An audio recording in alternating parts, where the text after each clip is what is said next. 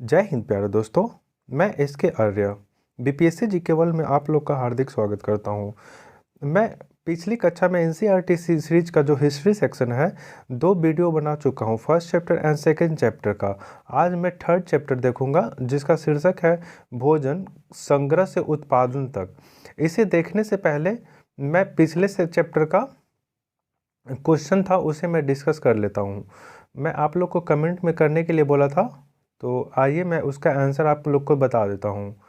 देखिए, first number question है, अखेटक खाद्य संग्रह गुफाओं में इसलिए रहते थे क्योंकि यहाँ पे तो हम लोग बहुत कुछ लिख सकते हैं, लेकिन इस चैप्टर में जो दिया हुआ था वो था बारिश, धूप और हवा आदि से रक्षा कर सकते हैं, तो यहाँ पे वही भरा जाएगा। लेकिन ऐसे उन लोग का एक अस्थायी निवास नहीं था इसलिए भी रहते थे, और जंगली जानवरों ये सब से रक्षा करते थे, तो वो सब भी भर सकते हैं। आइए नेक्स्ट देखते हैं। घास वाले मैदान का विकास डॉट डॉट साल पहले हुआ था। तो जब जलवायु परिवर्तन हुआ था, इस चैप्टर में दिया हुआ था जलवायु परिवर्तन कब हुआ था, 12,000 साल पहले। तो उसी तरफ घास वाले मैदान का विकास हुआ था, तो यहाँ पे हो जाएगा 12,000 साल पहले। ठीक है, नेक्स्ट देखते हैं। आरंभिक लोगों ने गुफाओं की डॉट डॉट पर चित्र बनाए थे। तो गुफाओं के भित्ति दीवार पर चित्र बनाए थे, यानी कि दीवारों पे चित्र बनाए थे। हुंसगी में औजार प्राप्त बनाए जाते थे। हुंसगी में किस चीज़ के औजार बनाए जाते थे, तो पूरा पाषाणकालीन पत्थर के, ठीक है, यानी कि पत्थर के औजार बनाए जाते थे। ठीक है, तो दोस्तों मैं सेकेंड चैप्टर का भी क्वेश्चन कंप्लीट कर दिया। आइए अब हम लोग थर्ड चैप्टर की ओर बढ़ते हैं। थर्ड चैप्टर में कह रहा है, पहले शीर्षक को समझ लेते हैं। भोजन संग्रह से उत्पादन तक। इसका मतलब क्या हुआ कि जैसे उन लोग धीरे धीरे बढ़ते बढ़ते आ रहे थे, भोजन को इकट्ठा करना सीख लिए थे, भोजन कैसे उगता है उसे सीख लिए थे। तो आज मैं उसी को और विस्तार से सीखूंगा, जो उन लोग उत्पादन किए, फिर संग्रह किए, कैसे उन लोग स्टेप बाय स्टेप सीखे। आइए आगे देखते हैं इसमें क्या है। एक ये लड़की है, इसका नाम है नोइनुओ, और यह भोजन कर रही है। ठीक है, ये किरदार निभा रही नोइनुओ। तो आइए ये क्या कह रही है इसके बारे में थोड़ा थोड़ा देखते हैं। आज नोइनुओ अपना पसंदीदा खाना खा रही थी। चावल, स्क्वैश, कद्दू, बीन्स, गोश्त इत्यादि खा रही थी। स्क्वैश, कद्दू, बीन्स उसकी नानी अपने घर के पिछवाड़े एक छोटे से बगीचे में उगाया था। उस जो खा रही थी उसमें चावल, स्क्वैश, कद्दू और बीन्स ये सब जो है एक छोटे से बगीचे में उसकी नानी उगाई थी। खाते खाते नोइनुओ पिछले दिनों अपनी स्कूल की यात्रा की गई थी, जो मध्य प्रदेश में खाए गए भोजन की याद आ गई थी। जो मध्य प्रदेश वो गई थी घूमने, तो वहाँ पे जो खाई थी उसकी याद आ गई, और कितने मसालेदार था ये सोच रही थी, और वह ऐसा क्यों था ये भी सोचने लगी। देखिए, आप चावल, कद्दू और बीन्स तो जानते होंगे, लेकिन स्क्वैश के बारे में नहीं उतना जानते होंगे। तो मैं स्क्वैश के बारे में ये बता दूं कि ये भी एक तरीका का फ्रूट्स ही है, जो मैक्सिको और अमेरिका के मध्य क्षेत्र में पाई जाती है, बहुतायत क्षेत्र में। ठीक है, तो यही सोच रही थी कि वह ऐसा क्यों था, मसालेदार क्यों था। ठीक है ना, तो आइए इसके आगे देखते हैं।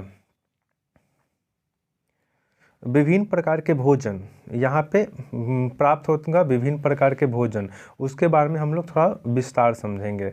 आइए देखते हैं इसमें क्या लिखा है।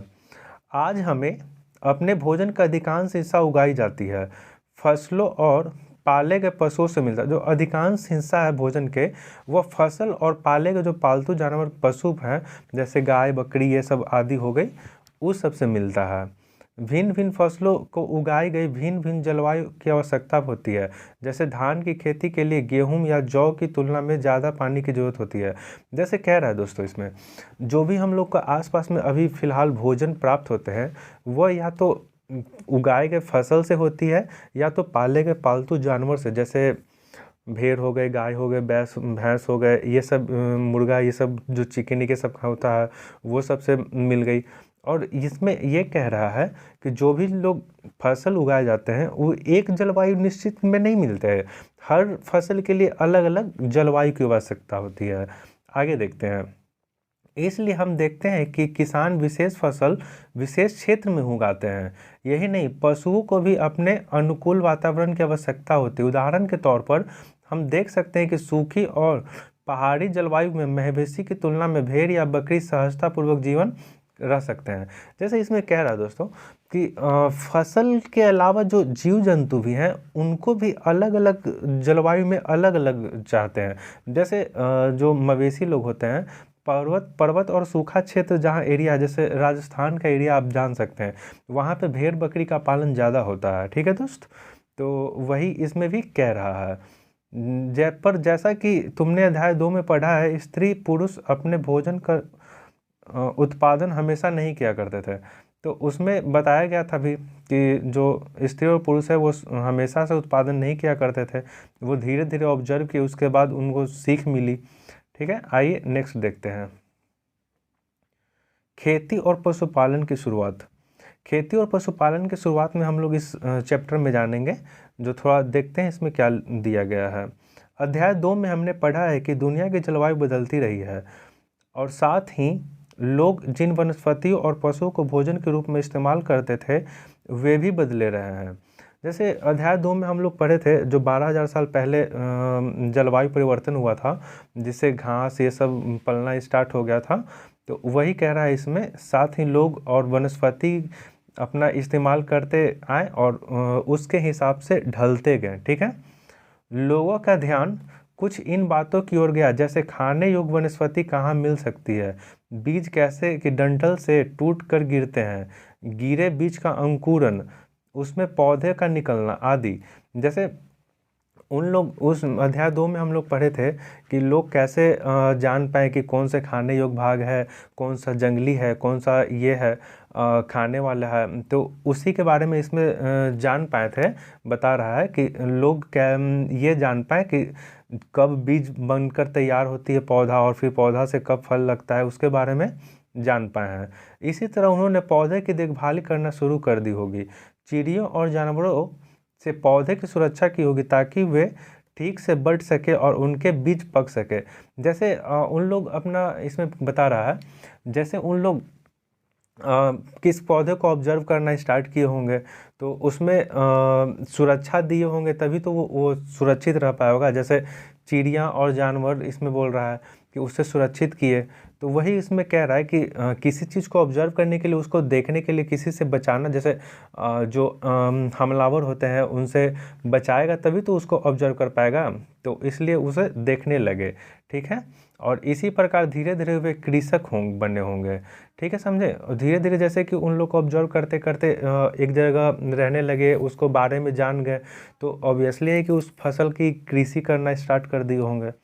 आइए आगे देखते हैं इसमें क्या लिखा है। इसी तरह लोगों ने अपने घरों के आसपास चारा रखकर जानवरों को आकर्षित कर उन्हें पालतू बनाए होंगे। जैसे फसल के बारे में जाने तो उसके जानवरों से जब रक्षा करने लगे तो उन लोग को भी कुछ खाने पीने, जो पालतू जानवर हैं, जो शाकाहारी थे जानवर, तो उसको भी तो खाना चाहिए था। नहीं, वो तो अब फिर अलग अलग चले जाते, आते थे तो उन लोग तो भगा देते थे। तो वही कह रहे हैं कि धीरे धीरे चारा दे करके जानवरों को उसको आकर्षित किया और पालतू बनाया। ठीक है, सबसे पहले जिन जंगली जानवर को पालतू बनाया गया, कुत्ते का जंगली पूर्वज था। देखिए दोस्तों, सबसे पहले कौन से पालतू जानवर बनाया गया था? कुत्ता। और ये एनसीईआरटी क्लास 6 का अध्याय 3 में मेंशन है, ध्यान दीजिएगा। धीरे धीरे लोग भेड़, बकरी, गाय, सुअर जैसे जानवरों को अपने घरों के नज़दीक आने के लिए उत्साहित करने लगे। जैसे धीरे धीरे जब वो कुत्ता को पाल लिए तो उसके बाद गाय, बकरी ये सब जो है, उन लोग जानवरों को भी नज़दीक लाने के लिए उन लोग को आकर्षित करने लगे। आगे देखते हैं। ऐसे जानवर झुंड में रहते थे और ज़्यादातर घास खाते थे। अक्सर लोग अन्य जंगली जानवरों पर आक्रमण से इनकी सुरक्षा किया करते थे। जैसे मैं सिंपल वे में समझाता हूँ। जैसे आपको अगर कोई किसी से खतरा है और उससे कोई बचाएगा तो आप उसके प्रति कुछ अट्रैक्शन होगा ना। जैसे आप उसे थोड़ा वैल्यू दीजिएगा, उससे थोड़ा सा प्यार तरीक़ा से बात कीजिएगा, आप उससे दोस्ती कीजिएगा। तो वही इसमें भी कह रहा है, जो जंगली जानवर होते थे और उससे रक्षा करने लगे, जिसके कारण आप जो पालतू पशु थे वो आकर्षित हुए आदमियों की ओर, ठीक है। तो उसी तरीके धीरे धीरे वो पशुपालन बन गया। देखते हैं आगे। क्या तुम बता सकती हो सबसे पहले कुत्ते को ही पालतू क्यों बनाया गया? इसका क्वेश्चन है दोस्त, इसको आप सोच कर बताइएगा। अगर नहीं सोच पाइएगा तो मैं नेक्स्ट वीडियो में कमेंट कीजिएगा, मैं बता दूंगा, ठीक है। ऐसे इसमें कुछ खास नहीं है, आप सोच लीजिएगा, मैं जानता हूँ क्यों बनाया गया था। आइए आगे देखते हैं। इसमें तो लिखा गया है बसने की प्रक्रिया। तो थोड़ा बसने की प्रक्रिया किस क्रम में हुई थी उसके बारे में मैं थोड़ा डिटेल देखता हूँ। इसमें क्या लिखा है उसे मैं आपको समझाने की कोशिश करता हूँ। तो आइए दोस्तों देखते हैं इसमें क्या लिखा हुआ है। लोग द्वारा पौधे उगाने और जानवर की देखभाल करने के बसने की प्रक्रिया नाम दिया गया। अपनाए गए ये पौधे ज़्यादातर जानवर, जंगली जानवर, पौधे जानवरों से भिन्न होती थी। देखिए दोस्तों, इसमें क्या कह रहा है, जैसे फसल जब देखना, ऑब्जर्व करना स्टार्ट किए, उसका देखभाल करना स्टार्ट किए, तो एक जगह रहेंगे तभी तो उसको देखभाल सही से कर पाएंगे। अब मान लीजिए कि कोई को बोला कि इसका देखभाल करना है, तो तुम अब पहले तो इतना हाईटेक, अब तो भले ही कैमरा लगा देकर देख सकते हैं, लेकिन उस टाइम तो नहीं देख सकते थे। और एक तो फसल है, और फसल को पशु पक्षी ये सबसे रक्षा करना भी होता था। तो वही इसमें कह रहे हैं कि अब एक जगह रह करके देखभाल करने लगे, जिससे वहाँ बसने की प्रक्रिया स्टार्ट हो गई। जब रहने लगे तो उसी को बसने की प्रक्रिया कही गई। और आगे इसमें लिखा गया है, जो पौधे अपनाए गए, जो मतलब जिस पौधे को वो लोग अपनाए और जिस जानवर को वो अपनाए, वो दोनों जंगली जानवर और जंगली पौधे से भिन्न होते थे। आगे देखते हैं। इसकी वजह यह है कि बसने की प्रक्रिया की दिशा में अपनाए गए पौधे या जानवर लोग चयन करते थे। उदाहरण के तौर पर लोग उन्हें पौधे को, जानवरों को चयन करते थे जो बीमार होने की संभावना कम होती थी। जैसे अब कमज़ोर पौधा जो होगा, अब तो सब पौधे एक्चुअली इम्पॉर्टेंट है हम लोग के लिए, लेकिन उस टाइम जो उन लोग उतना तो माइंड था नहीं, तो इसलिए उस टाइम उस जानवर को पालतू बनाया जाता था जो बीमार होने की संभावना कम रखते थे। आज ऐसे भी आप देख सकते हैं, कोई भी बीमार जो गाय लोग होता है, तो गाय बैल हो, ये सब जो बीमार हो जाती है, तो उन लोग को लोग हटाने की सोचते हैं, बहुत जल्द हटा देते हैं। और जो तंदुरुस्त रहती है गाय, जो है दूध देती है, बकरी दूध देती है, ये सब वो सबको अच्छे से अब एक्सेप्ट करते हैं, रखते हैं, ठीक है। उसी तरह इसमें भी कह रहा है। आइए आगे देखते हैं आगे क्या कह रहा है। हाँ, यही नहीं, उन्हीं पौधे को चुनते थे जो बड़े दाने के अनाज पैदा होते थे, साथ ही मजबूत डंठल अनाज के दाने की भार को संभाल सके। तो उस टाइम ऐसा था कि जो बड़े बड़े जो दाने वाले पौधे होते थे, तो उसी को एब्जॉर्ब करते थे, और जो अनाज की भार को सहसंगे संभाल सके वैसे पौधे को सिलेक्ट करते थे। और ऐसे पौधे के बीज को संभाल कर रखा जाता था ताकि फिर उसे उगाए और सुरक्षित रख सके।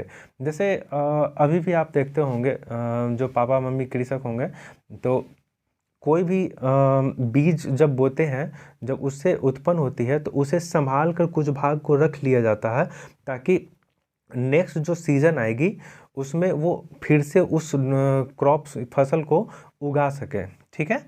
तो आइए देख सकते हैं आगे क्या इसमें कहता है। उन्हीं जानवरों को आगे प्रजनन के लिए चुना जाता था जो आमतौर पर अहिंसक होते थे। इसलिए हम देखते हैं कि पाले गए जानवर तथा कृषि के लिए अपनाए गए पौधे जंगली जानवरों तथा पौधे से धीरे धीरे भिन्न होते गए। जैसे मैं एक उदाहरण के तौर पे समझाता हूँ। आज जो गाय बैल भैंस ये सब है, तो उन लोग का जो अहिंसक जो है उन लोग जानवर, और अहिंसक जो है तो जंगली जानवर से ऑब्वियसली एक जंगली बैल भी होता है, एक जंगली भैंसा भी होता है। तो उन लोग का बहुत मोटा मोटा और बड़ा बड़ा सींग होता है और देखने में भी खतरनाक लगता है। लेकिन जो पालतू होते हैं उसका सींग देखेगा छोटा होगा या फिर न के बराबर ही होगा। क्यों ऐसा होता है? क्योंकि वो धीरे धीरे उसका कटिंग कर दिया जाता है, और कट कर कर करते करते उन लोग विलुप्त के कगार पे हो गया।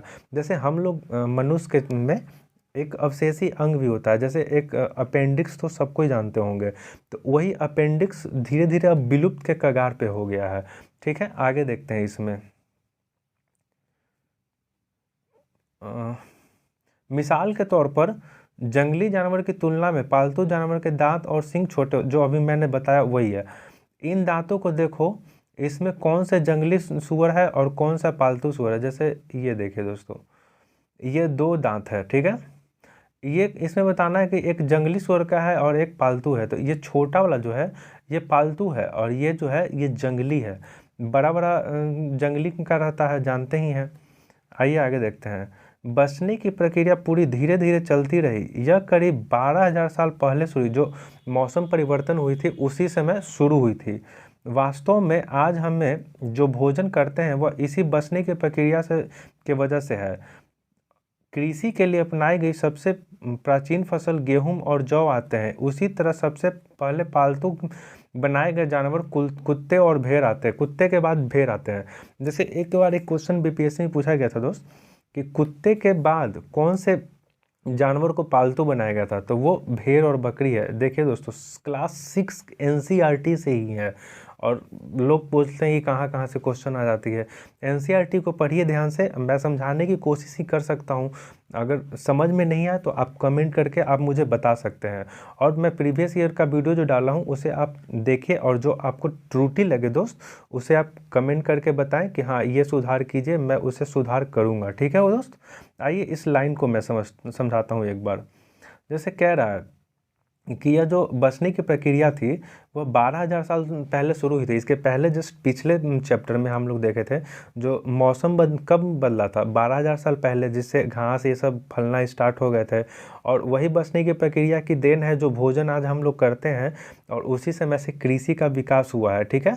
तो उसमें कह रहा है कि सबसे प्राचीन फसल गेहूं और जौ आते हैं। मतलब सबसे सर्वप्रथम जो उगाया गया था वह गेहूं और जौ है। और सर्वप्रथम जानवर कुत्ता, और उसके बाद भेड़ और बकरी, ठीक है। तो आगे देखते हैं। एक नवीन जीवन शैली। अब इस टॉपिक से हमें यह पता चलेगा कि एक नवीन जीवन शैली का विकास कैसे हुआ या नवीन जीवन शैली कैसे उभरा, ठीक है। इसमें देखते हैं क्या लिखा हुआ है। तुम किसी पौधे के बीज को बो कर देखो, तुम पाओगे कि इसे विकसित होने में कुछ वक्त लगता है। इसमें कुछ दिन, कुछ महीने, फिर कुछ साल लग जाते हैं। तो जैसे दोस्त, आप कोई भी पौधे जो है तो एक दिन में तो उगता नहीं है। तो कुछ कुछ पौधे होते हैं कि 15 से 20 दिन में भी उग जाते हैं, कुछ महीने भी लग जाते हैं, कुछ साल, जैसे गन्ना ये सब है तो ये सब कुछ साल भी ले लेते हैं। वही इसमें मेंशन किया गया है। आगे देखते हैं। इसलिए जब लोग पौधे उगाते हैं, उगने लगे, तो उनकी देखभाल के लिए उन्हें एक ही जगह लंबे समय तक रहना पड़ा। बीज बोने से लेकर फसलों के पकने तक, पौधे की सिंचाई करने से खरपतवार हटाने, जानवरों और चिड़िया की सुरक्षा करने हेतु बहुत से काम शामिल थे। कटाई के बाद अनाज का उपयोग बहुत संभाल कर करना पड़ता था। जैसे इसमें कह रहा है दोस्तों कि कुछ जो फसल थे या तो कुछ दिन में तैयार हो जाते थे, या फिर कुछ साल में या कुछ महीना में, ऐसे ही। और हर मौसम में हर अलग अलग तरीका के क्रॉप्स लगते थे। तो वही इसमें देखा जा रहा है कि जो लोग फसल स्टार्ट किए थे बोना, उसे देखभाल करने लगे, वहीं रहने लगे। जो उसमें बहुत काम होती है, जैसे खरपतवार को हटाना है, जानवरों से रक्षा करना है, और फसल पकने तक उसका वेट करना है। तो वही इसमें मेंशन है। आइए आगे देखते हैं। अनाज को भोजन और बीज दोनों ही रूपों में बचा कर रखना पड़ता था, आवश्यकता था। इसलिए लोग इसे भंडारण की बात सोचने पर, और बहुत से इलाकों में लोग ने फीड के बारे में बड़े बड़े बर्तन बनाए, टोकरियों बनाए, फिर जमीन में गड्ढा खोदा। जैसे कह रहा है इसमें अनाज को भोजन के और बीज दोनों, जैसे पहले था कि पहले उन लोग को भोजन करना ही रहता था और बीज बोने के लिए ही सुरक्षित रखना पड़ता था। लेकिन अब में है क्या कि अब को भोजन के लिए भी रखना है, बीज के लिए भी रखना है, और उसे पैसा आमदनी आने के लिए उसे बेचना भी है, ठीक है। पहले उस टाइप के नहीं था कि बेचना भी है, पहले था सिर्फ भोजन और बीज के लिए संग्रहित करने के लिए होता था। तो पहले के लोग बड़े बड़े बर्तन बनाना स्टार्ट किए, टोकरियाँ बुने, और या फिर उसे ज़मीन में गड्ढा खोद कर रखें। आइए आगे देखते हैं। जानवर चलते फिरते खाद्य भंडार। इसमें कह रहा है चलते फिरते जानवर एक चलते फिरते खाद्य भंडार होते हैं। जैसे जानवरों से हम लोग जानते हैं कि उससे बहुत से फूड वगैरह मिल सकते हैं, जैसे गाय का दूध हो गया, कुत्ते बिल्ली ये सब जो है वो सब हो गया, और जो भेड़ बकरी ये सब है, चिकन है, वो सब एक तरीक़ा से खाद्य भंडार ही हैं। लोग आजकल बकरी पालन भी करते हैं, तो किस लिए करते हैं? तो ताकि उसे बेच करके आमदनी हो, वही, और एक तरीक़ा से मांस पैदा होता है। ठीक है, आइए देखते हैं आज में आगे क्या कहता है। जानवर बच्चे देते हैं, इसमें उसकी संख्या बढ़ती है। अगर जानवरों की देखभाल की जाए तो उसकी संख्या बढ़ती है, साथ ही उनमें दूध भी प्राप्त होता है, भोजन का एक अच्छा स्रोत है। यही नहीं, जानवरों से हमें मांस मिलता है। दूसरे शब्दों में पशुपालन भोजन के भंडारण का एक तरीका है। जैसे अभी मैंने समझाया आपको कि एक जानवर है, उससे हम दूध प्राप्त कर सकते हैं, उससे मांस प्राप्त कर सकते हैं, और इसी के लिए पशुपालन एक भंडारण का रूप है। आइए देखते हैं। इसमें एक क्वेश्चन कह रहा है, भोजन के अतिरिक्त जानवरों से क्या क्या मिल सकता है? इसके आप लिख सकते हैं या सोच सकते हैं, लिखने की तो उतना ज़रूरत नहीं है, सोच लीजिए। आज जानवरों का उपयोग किस लिए होता है, ये भी आप सोचिए। आगे देखते हैं। आओ आरंभिक कृषक और पशुपालन के बारे में पता करें। जैसे इस टॉपिक से हम ये सीखेंगे कि आरंभिक जो कृषक थे और पशुपालन थे वो कैसे थे, उसके बारे में हम लोग पता करते हैं। मानचित्र टू पेज 14 में क्या तुम कई नीले वर्ग दिख रहा है? आप देखिएगा तो मिल जाएगा, आप एक बार चेक कर लीजिएगा, प्रीवियस चैप्टर में है। इसमें प्रत्येक बिंदु को जगह को दर्शाती है, और वो पुरातत्वविदों को शुरुआती कृषक और पशुपालन के होने के साक्ष्य मिलते हैं। जैसे मैं वो जो पीले हैं रंग के हैं, वहाँ पे पशुपालन के साक्ष्य मिले हैं। वो जो जगह है, इसमें आगे मेंशन है, ये पूरे उपमहाद्वीप में पाया जाता है। जो पूरे भारतीय उपमहाद्वीप है इसमें पाया जाता है। महत्वपूर्ण पश्चिमी क्षेत्र में आधुनिक कृषि कश्मीर और पूर्वी तथा दक्षिणी भारत में पाए जाते हैं। जैसे ये है, ये नॉर्थ हो गया, ये ईस्ट हो गया, ये वेस्ट हो गया, ये साउथ हो गया। तो कह रहा है पश्चिमोत्तर क्षेत्र, एक सेकंड मैं कलर चेंज कर लेता हूँ। पश्चिमोत्तर क्षेत्र, ये पश्चिम हो गया और ये उत्तर हो गया, तो ये क्षेत्र, और यहीं पे क्षेत्र में कश्मीर भी याद आती है, तो ये कश्मीर के पास कह रहा है। और क्या था, एक बार देख लेता हूँ। और पूर्वी तथा दक्षिणी क्षेत्र, ये पूर्वी क्षेत्र हो गया, और दक्षिणी क्षेत्र, ये दक्षिणी क्षेत्र हो गया। यानी कि ये यहाँ से मिला, यहाँ से मिला, और यहाँ से मिला है। ठीक है, आइए आगे देखते हैं। वास्तव में ये निर्दिष्ट स्थान कृषकों और पशुपालन की बस्तियां थी या नहीं, इसे जांचने के लिए वैज्ञानिक खुदाई में मिले पौधे और पशुओं की हड्डियों तथा नमूने का अध्ययन किया है। जैसे उसके बारे में शंका है कि ये वास्तव में कृषक और पशुपालन की बस्तियां थी या नहीं, इसको वैज्ञानिक खुदाई में जो मिला है पौधे और पशु की हड्डी, उसके नमूने का अध्ययन किया गया है। ठीक है, इसमें से सबसे रोचक जले हुए अनाज के दाने के अवशेष मिले हैं। और यहाँ पे जले हुए जो दाने थे, जो जला रहे होंगे, किसी तरह जल गया होगा, तो वो बच गए हैं उसके अवशेष। ऐसा लगता है कि ये गलती से या फिर जानबूझकर जलाए गए होंगे। वैज्ञानिकों ने इन अनाजों के दाने की पहचान कर सकते हैं। इस तरह हम पता चलता है कि इस उपमहाद्वीप के विभिन्न भागों में बहुत सारी फसलें उगाई जाती होगी। वैज्ञानिक विभिन्न जानवरों और हड्डियों की पहचान कर सकते हैं। जैसे इसमें कह रहा है कि जो दाना जो था वो जला हुआ था या जानबूझकर जलाया गया था या ऐसे ही जल गया था, उसके बारे में पहचाना है। जो वैज्ञानिक है वो सभी चीज़ को जान सकते हैं, उसके हड्डियों की पहचान कर सकते हैं। ठीक है, आइए देखते हैं आगे। नीचे तालिका में तुम जान सकते हो कि कहाँ कहाँ अनाज और पालतू जानवरों की हड्डियों के अवशेष मिले हैं।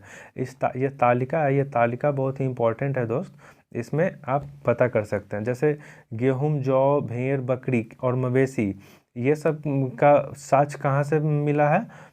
मेहरगढ़ आधुनिक में कहाँ है? मेहरगढ़ पाकिस्तान में है। और चावल, जानवर, हड्डी के टुकड़े कहाँ से मिले हैं?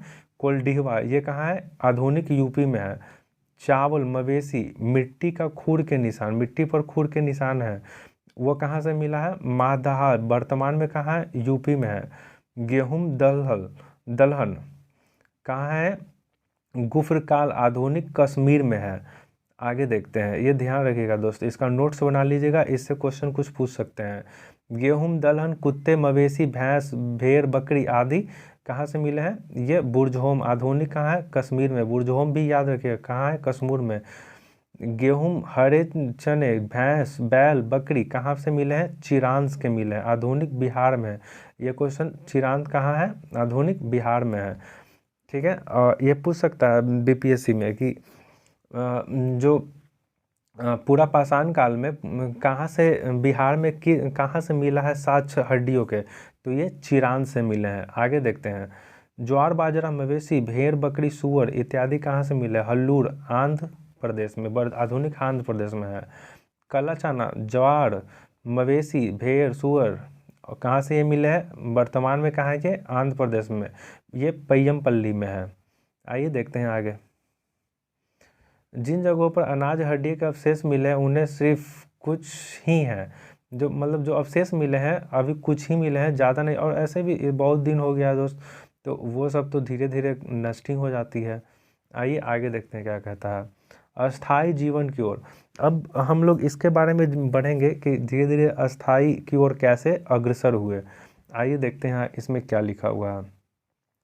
पुरातत्वविदों को कुछ पुरास्थलों पर झोपड़ियों और घरों के निशान मिले हैं, जैसे बुर्जहोम वर्तमान कहाँ है? कश्मीर के लोग। ये लोग गड्ढे के नीचे घर बनाते थे, जिन्हें गर्तावास कहते हैं। जो पुरास्थल एक जगह है दोस्तों, एक क्वेश्चन एक पूछ सकता है कि कहाँ पे लोग पूरा पाषाण काल में लोग गड्ढे बना कर रहते थे, जिन्हें गर्तावास कहते हैं, वो कहाँ से मिले हैं? तो ये बुर्जहोम वर्तमान में कश्मीर होगा इसका आंसर। नेक्स्ट देखते हैं, इसमें उतरने के लिए सीढ़ियाँ होती थी, इससे उन्हें ठंडे के मौसम में सुरक्षा मिलती है। जैसे आज भी देखते हैं अंडरग्राउंड है ना, अंडरग्राउंड वाला।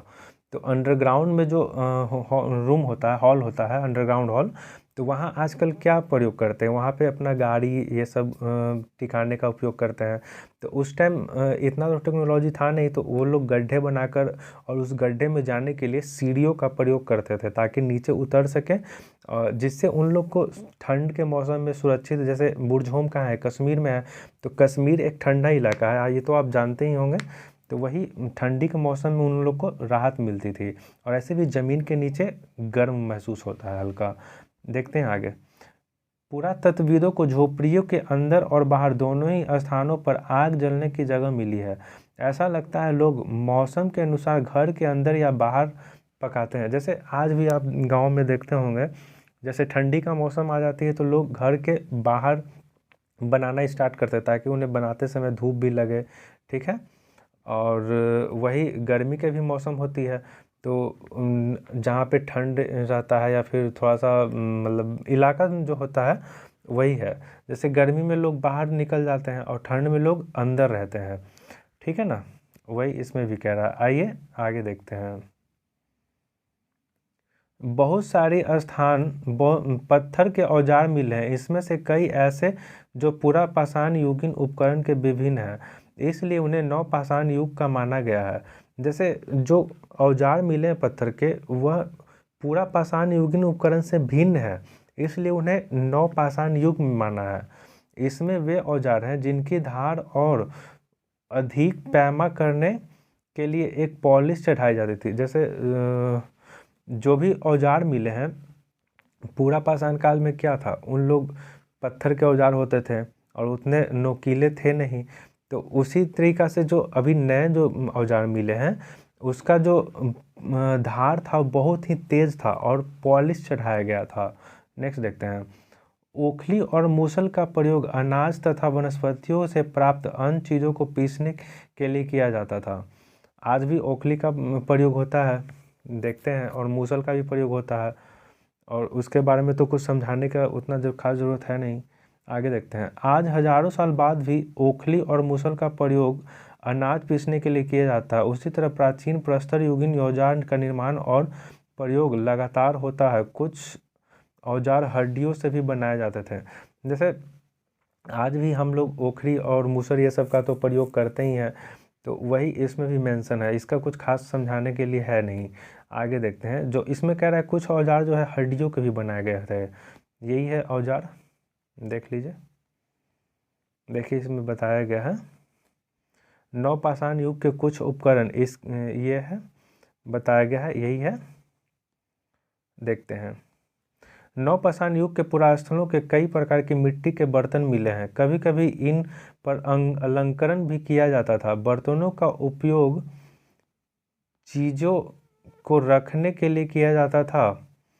धीरे धीरे बर्तनों का प्रयोग खाना बनाने के लिए भी किया जाने लगा। गेहूँ, चावल, दलहन जैसे अनाज अब आहार का महत्वपूर्ण हिस्सा बन गया था। जैसे कह रहा है कि नवपाषाण युग में जो मिट्टी के बर्तन मिले हैं उस पर अलंकरण जैसे चित्र वगैरह बनाया गया था, और वह जो बर्तन मिले हैं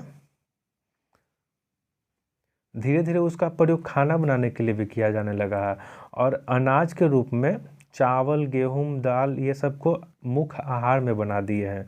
देखते हैं आगे क्या कहता है। इसके साथ साथ अब लोग कपड़े भी बुनने लगे। इसके लिए कपास जैसे आवश्यक पौधे की हो सकती है। जैसे कपास का भी साक्ष्य मिला है, ठीक है। तो वही आगे हम लोग सब जानेंगे कि कौन चीज़ कहाँ से मिला है इसके बारे में। ये सिक्स्थ का है इसलिए उतना डीप दिया नहीं है, नेक्स्ट जब क्लास आएगी तो उसमें आप लोग को पता चल जाएगा। आइए देखते हैं इसमें आगे क्या कहता है। क्या ये परिवर्तन हर जगह एक साथ आए होंगे या ऐसा बात नहीं है। एक जगह मतलब कह रहा है कि ये जो परिवर्तन आया था वो तो एक बैग तो एक जगह आएगा नहीं, तो वही कह रहा है ऐसा बात नहीं है। एक तरफ जहाँ पर जगहों पर स्त्री पुरुष शिकार और भोजन संग्रह करने का काम करते थे, वहीं अन्य लोग ने हजारों सालों के दरमियान धीरे धीरे खेती पशुपालन अपनाए होंगे। बहुत जगह लोग मौसम के मुताबिक बदल बदल कर अपनी जीविका अपना, जैसे इसे कह रहा है कि वही एक साथ तो कहीं कोई भी परिवर्तन एक साथ तो होता नहीं है, धीरे धीरे ही होता है। तो वही इसमें भी कह रहा है, या फिर कुछ मौसम के हिसाब से भी अपना चेंज कर लेते हैं। आइए देखते हैं अन्य रीति रिवाज। अन्य रीति रिवाज में बताता है इसमें क्या, उसके बारे में हम थोड़ा जानते हैं। पुरातत्वविद बहुत स्पष्ट रूप से इस बारे में कुछ नहीं कह सकते हैं। जैसे रीति रिवाज उन लोग का क्या था इसके बारे में जो आर्कियोलॉजिस्ट हैं वो पूरी तरीक़ा से अभी तक बता नहीं पाए हैं। विद्वानों ने ऐसे किसानों का अध्ययन किया, इन्हें प्रायः कृषक और पशुपालन समूह में रखते हैं। उन्हें जनजाति कहते हैं। जो लोग कृषक और पशुपालन में हैं उन्हें जनजाति कहते थे उस टाइम। नेक्स्ट देखते हैं। विद्वानों ने पाया कि ये लोग कुछ ऐसे रीति रिवाजों को मानते थे जो संभवतः पहले से ही प्रचलित थी। जो उन लोग में कोई भी जनजाति का होता है तो उन लोग का प्रचलित पहले से पुरखों से ही आते रहता है, वही इसको मैं कह रहा है। आइए थोड़ा इसमें देखते हैं जनजाति के बारे में। जनजाति क्या कह रहा है इसके बारे में देखते हैं।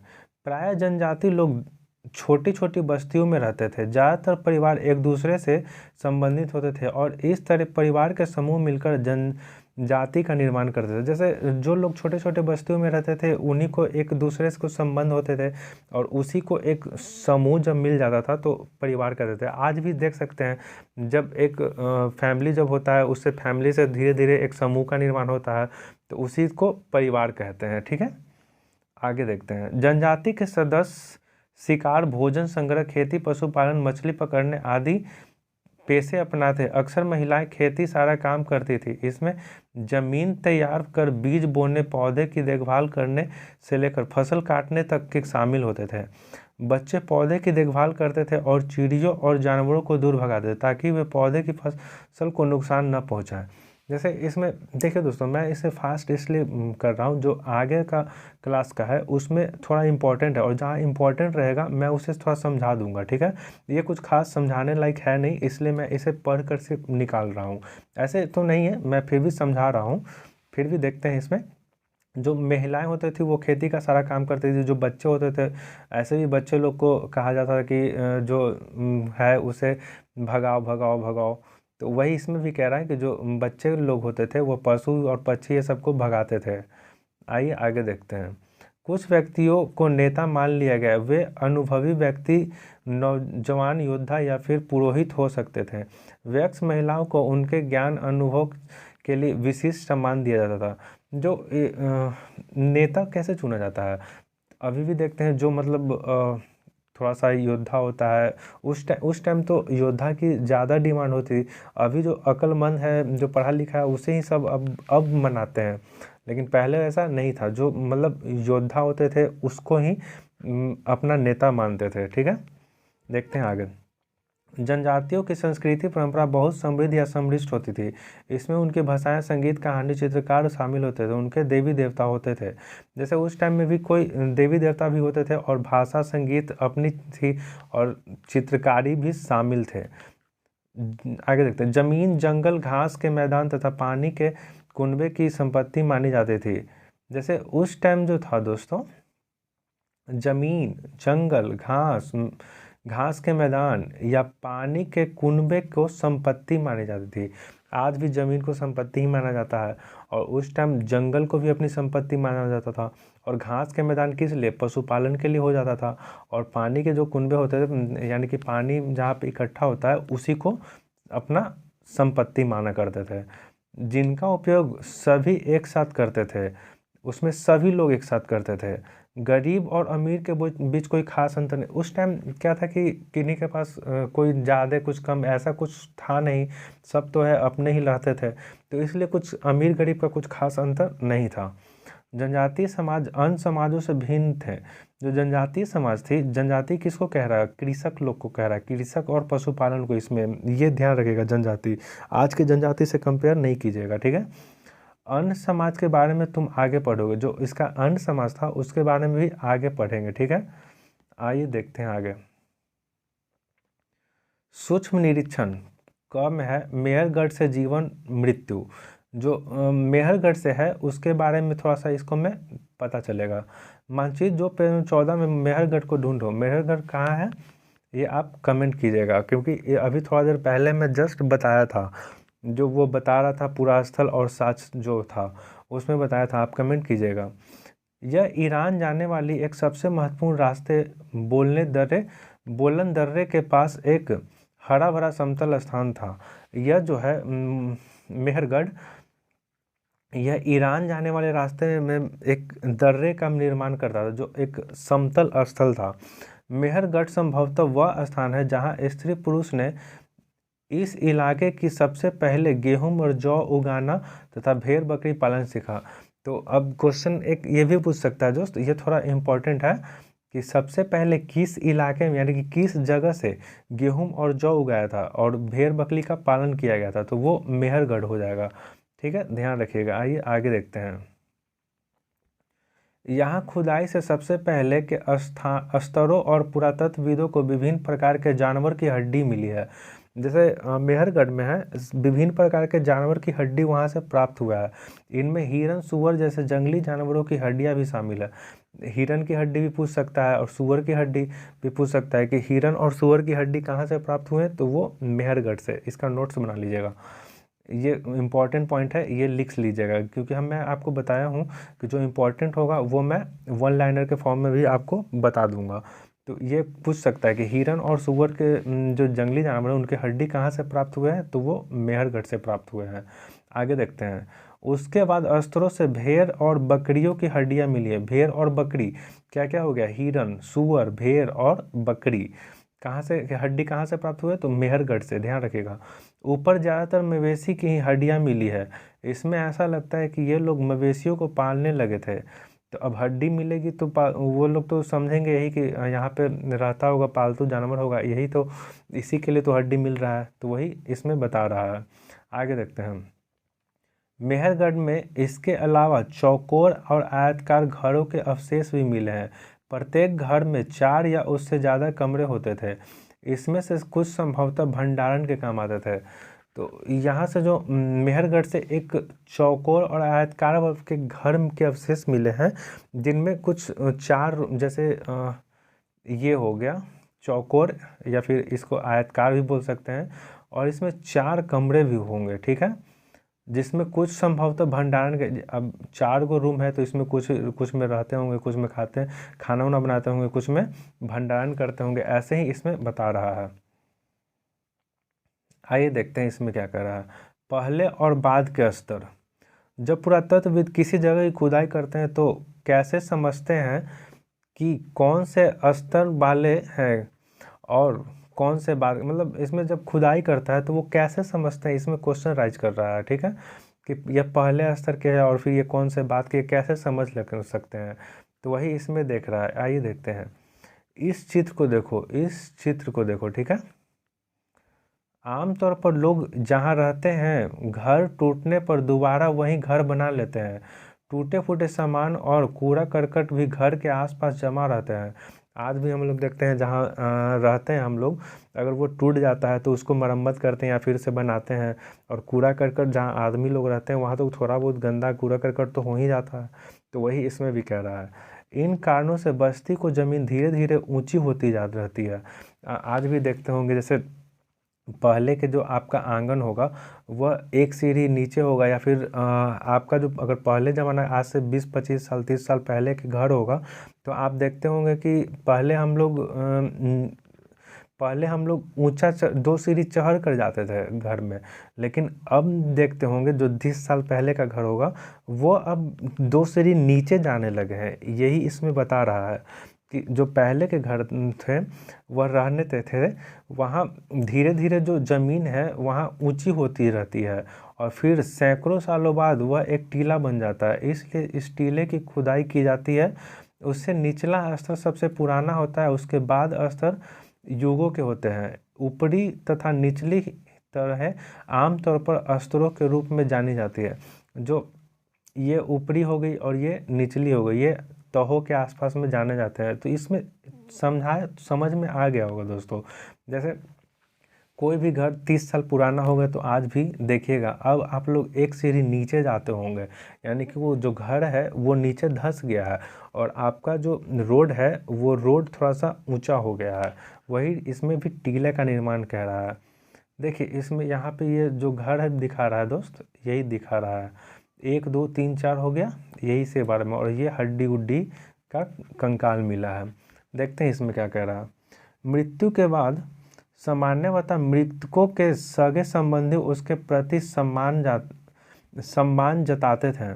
लोग की आस्था है कि मृत्यु के बाद भी जीवन होता है, इसलिए कब्रों में मृतकों के साथ कुछ सामान भी रख जाते थे। जैसे आज भी देखते हैं जो लोग मृत हो जाते हैं उनके एवज में कुछ दान दक्षिणा किया जाता है, और जिन्हें दफनाया जाता है उनके पास भी कुछ उनके कब्र में कुछ कुछ दफनाया जाता है साथ में रख करके। वही इसमें भी कह रहे हैं जो मृत्यु के बाद जीवन उनके कब्रों में कुछ सामान के साथ रखा जाता है। मेहरगढ़ में ऐसे कई कब्र मिली है। एक कब्र में एक मृतक के साथ एक बकरी को भी दफनाया गया है। अब बकरी उनका प्रिय होगा इसलिए उसके साथ एक बकरी भी दफनाया गया है। इसे परलोक में मृतकों को खाने के लिए रखा गया है। अब ये तो मनगढ़ंत कहानी है दोस्त, ऐसा कुछ नहीं होता है, लेकिन उस टाइम के लोग यही मानते होंगे कि इस मृतक को उसको खाने के लिए रखा गया है। ठीक है, आइए देखते हैं, वही इसमें बता रहा है। मेहरगढ़ का एक घर का चित्र है। मेहरगढ़ के घर शायद ऐसे देखते हो जिस तुम देख रहे हो उसके साथ घर को क्या क्या समानता है। जैसे तुम जिस घर में रहते हो उसके साथ क्या क्या समानता है ये पूछ रहा है। तो ये तो कुछ सोचने वाली बात थोड़े ना है। इसमें 4 रूम है तो हम लोग का भी रहता ही है ऐसा ही। कुछ में सोने के लिए हो जाता है, कोई किचन हो गया, कोई बाथरूम हो गया, कुछ ऐसे ही भंडारण गृह हो गया। तो वही इसमें भी पूछ रहा है कि क्या क्या समानता है। और ये तो आप देख ही लिए चित्र। आइए देखते हैं आगे। ख है दावोजली हेडिंग। दावोजली हेडिंग है, इसको ढूंढना है। वो जो मैप है ना पृष्ठ संख्या 14 पे, उसे आप देख लीजिएगा। यह पूरा स्थल चीन और म्यांमार की ओर जाने वाले रास्ते में है। ठीक है, चीन और म्यांमार की ओर जाने वाले रास्ते में है। ब्रह्मपुत्र घाटी की एक पहाड़ी पर है। ये जो दावोजली हेडिंग है यह म्यांमार और चीन जो रास्ता जाती है उसी रास्ते में है और ब्रह्मपुत्र घाटी की पहाड़ी पर है। यह खरल और मूसल जैसे पत्थरों के उपकरण मिले। जहाँ ये जो दावोजली है, खरल और मूसल जैसे जो पत्थर के उपकरण है वो यहाँ पे साक्ष्य मिला है। इससे पता चलता है कि यहाँ लोग भोजन के लिए अनाज उगाते थे। साथ ही यहाँ जो जेटाराइट पत्थर भी मिल रहा है, संभवतः यह पत्थर चीन से आया होंगे।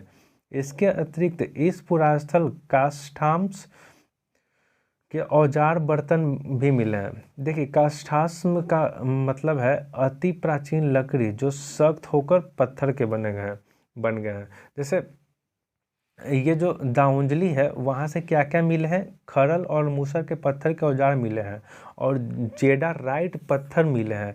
जो जेडाराइट पत्थर का क्या है, जो लकड़ी है, ठीक है, वह सख्त होकर पत्थर में बदल गया है। वही दाउंजली याद रखिएगा। दाउंजली से क्या मिला है, खरल और मूसल, ध्यान रखिएगा। आगे देखते हैं अनन्य में क्या कह रहा है। एटलस में तुर्की को ढूंढो। एटलस आपके पास होगा दोस्त, मैप हम आपको बोल चुके हैं कि एक मैप रखिएगा, उसमें इसमें बहुत ऐसे जगह होगी जो आपको मैपिंग सिखा सकती है, ठीक है। एटलस पे तुर्की को ढूंढो। नवपाषाण युग सबसे प्रसिद्ध पुरास्थल में से एक चाताल युग तुर्की में है। जो चाताल युग तुर्की में है, ठीक है, वह नवपाषाण युग के प्रसिद्ध पुरास्थल है। यहाँ दूर दराज स्थानों से कई चीज़ लाई जाती थी, जैसे उनका उपयोग किया जाता था। जैसे वहाँ दूर दराजों से कई चीज़ें लाई जाती थी और उनका उपयोग किया जाता था। जैसे सीरिया से लाया गया चमकदार पत्थर, लाल सागर की कौड़ियाँ, भूमध्य सागर की सीपियाँ। ध्यान रखें कि उस समय तक पहिए वाले वाहन का विकास नहीं हुआ था। लोग सामान खुद या जानवर के पीठ पर लाद कर लाया करते थे। जैसे इस पशुपालन भी स्टार्ट किस लिए हुआ था, ताकि उनसे कुछ काम ले सके, उनसे कुछ जो खाद्य पदार्थ है वो ग्रहण कर सके। वही इसमें भी कह रहा, पहले तो जो पहिया था, जैसे ये रेलगाड़ी, मोटर, ये सब जो वैन हो गई, ट्रक, ये सब का तो आविष्कार था नहीं। तो वही इसमें भी बता रहा है, जो भी चीज़ लाया जाता था, जैसे सीरिया से पत्थर लाया गया, या लाल सागर में से कौड़िया लाया गया, या भूमध्य सागर से सीपिया लाया गया, तो उस सब को पैदल ही लाया करते थे या फिर जानवरों को पीठ पर लाद कर लाया करते थे, ठीक है। आइए आगे देखते हैं क्या कहता है। कल्पना करो कर रहा है, अगर तुम्हारे पास ज़मीन का एक छोटा सा टुकड़ा है तो तुम उसमें कौन सी फसल उगाओगे, बीज कहाँ से मिलेगा और तुम कैसे बोओगे, अपने पौधे की देखभाल तुम कैसे करोगे, कैसे समझोगे कि फसल काटने लायक हो गई या नहीं। ये आपको थिंकिंग डेवलप करेगा दोस्तों। ये जो क्वेश्चन है कल्पना करने के लिए, आप खुद से कल्पना कीजिएगा, ठीक है। अगर कल्पना कीजिएगा तो आपको थोड़ा सा समझ विकसित होगा, और जिससे माइंड जब विकसित होगा तो बहुत इम्पॉर्टेंट चीज़ को आप कर सकते हैं, ठीक है। आइए देखते हैं इसमें क्वेश्चन क्या कह रहा है। आओ याद करिए कुछ है, देखिए जैसे इसमें कुछ महत्वपूर्ण तिथियां दिया हुआ है। बसने की प्रक्रिया का आरंभ कब हुआ, तो 12,000 साल पहले। मेहरगढ़ में बस्ती का आरंभ कब हुआ, तो 8,000 साल पहले। ये ध्यान रखिएगा, मेहरगढ़ में बस्ती कब आरंभ हुआ, तो 8,000 साल पहले। अब देखते हैं क्वेश्चन इसमें क्या कह रहा। खेती करने, देखिए मैं आज क्वेश्चन आपको तो पढ़ दूंगा, लेकिन आप स्क्रीनशॉट ले लीजिएगा और वीडियो को 1-2 बार देख लीजिएगा, ठीक है, जिससे आपको इस क्वेश्चन का आंसर भी आप मिल सकता है। थोड़ा हेल्प आप लोग कीजिएगा, देखिएगा, आप लोग को अच्छा लगेगा। आइए देखते हैं इसका क्वेश्चन।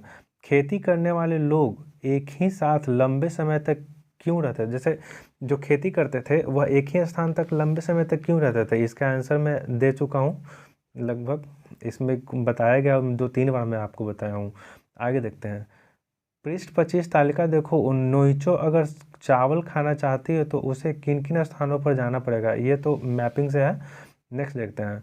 पुरातत्वविद को ऐसा क्यों मानते हैं कि मेहरगढ़ के लोग पहले केवल शिकारी थे और बाद में वो पशुपालन ज़्यादा महत्वपूर्ण हो गई। इसके बारे में आप सोचिएगा, जैसे मैं मेहरगढ़ में से मिला है पशुपालन के साथ ये सब, उसके बारे में सही गलत है ये बताओ।